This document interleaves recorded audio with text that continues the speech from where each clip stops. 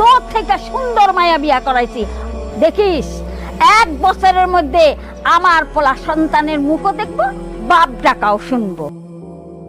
তোর মতো অপয়া অলক্ষী বাঞ্চার হাতে আমি কোনো দিনও কিছু খাবো না, তাহলে আমারও অলক্ষী লাগবে। তাছাড়া এমনও তো হইতে পারে এই মিষ্টির লগে তুই এমন কিছু মিশে আনছস যা খেলে আমারও ক্ষতি হইব। তোর তো বাচ্চা হয় না, তুই তো একটা বন্ধা, তাই তুই চাস আমারও যাতে বাচ্চা না হয়। এই মিষ্টির মধ্যে ঝামেলা আছে, এই জন্য তুই আমার মিষ্টি খাওয়াইতে নিয়ে আসছিস। ভবিষ্যতে এমন কিছু করবি তাহলে তোর খবর আছে। আমি এমনই এক হতভাগী নারী যে নিজের স্বামীর বাসর ঘর নিজের হাতে সাজাইছি। তুই বাসর ঘর সাজাইছিস, খুব ভালো কথা, কিন্তু তোর কি আক্কেল জ্ঞান বুদ্ধি বলতে কোনো কিছু নাই? আমরা দুইটা মানুষ এখানে বাসর করতেছি, তুই হুট করে এখানে ঢুকে পড়লি কেন? এখান থেকে যা কইতাছি একদম ডিস্টার্ব করবি না। High high high high Sonia, এইসব তুমি কি করতেছো? কি করবো আবার? রান্না বান্না করার প্রস্তুতি নিতেছি। এই যে এখানে যা কিছু দেখতেছো সকাল থেকে সবকিছু আমি একাই করছি। একজন তো শুধু মরিচ নিয়েই পড়ে আছে। কি তুমি রান্না বান্না করার প্রস্তুতি নিতেছো? খবরদার কইতাছি সোনিয়া, এখন থেকে তুমি কোনো কাজ কামই করবা না। কি কও? আমি কাজ করবো না কেন? তুমি যদি কাজ কাম করো তাহলে তো তোমার শরীরের শক্তি ক্ষয় হইব, তোমার পরিশ্রম হইব, কষ্ট হইব।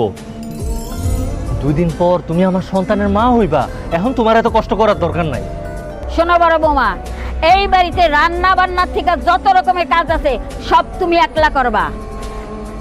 আর ছোট বৌমা, তুমি খালি খাইবা দাইবা আর ঘুমাইবা, আর যত তাড়াতাড়ি পারো আমার একটা সুস্থ সবল নাতি নাতনির মুখ দেখানোর সুযোগ করে দাও। তোর গলার চেইনটা আর হাতের বালাটা খুলে আমার দে। কেন? এইগুলো দিয়ে তুমি কি করবা?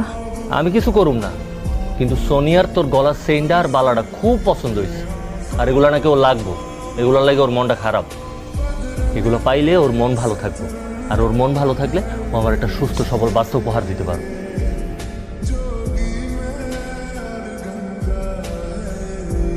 এত কাম করাই, এত অপমান করি, তাও তো এই বাড়ি থেকে যায় না। কি যে মধু পাই সেই বাড়িতে, হ্যাঁ?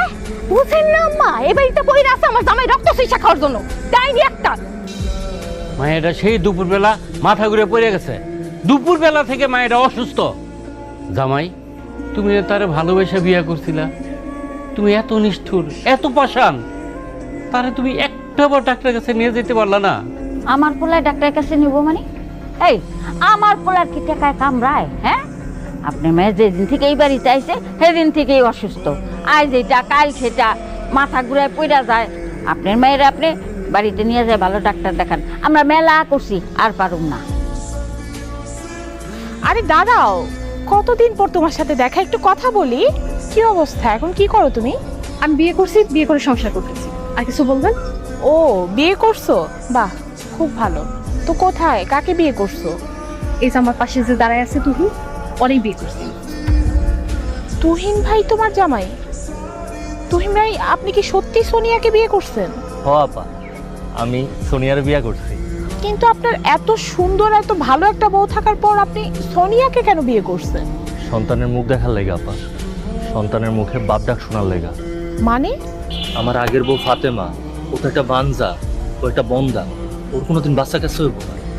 এই কারণে আপা আমি সন্তানের আশায় সোনিয়ার বিয়ে করছি।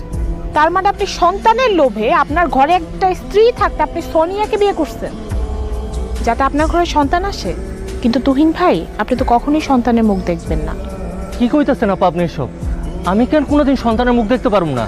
কারণ আপনি সন্তানের আশায় যাকে বিয়ে করছেন, সোনিয়া, সে বন্ধা, তার কোনোদিন বাচ্চা কাচ্চা হবে না।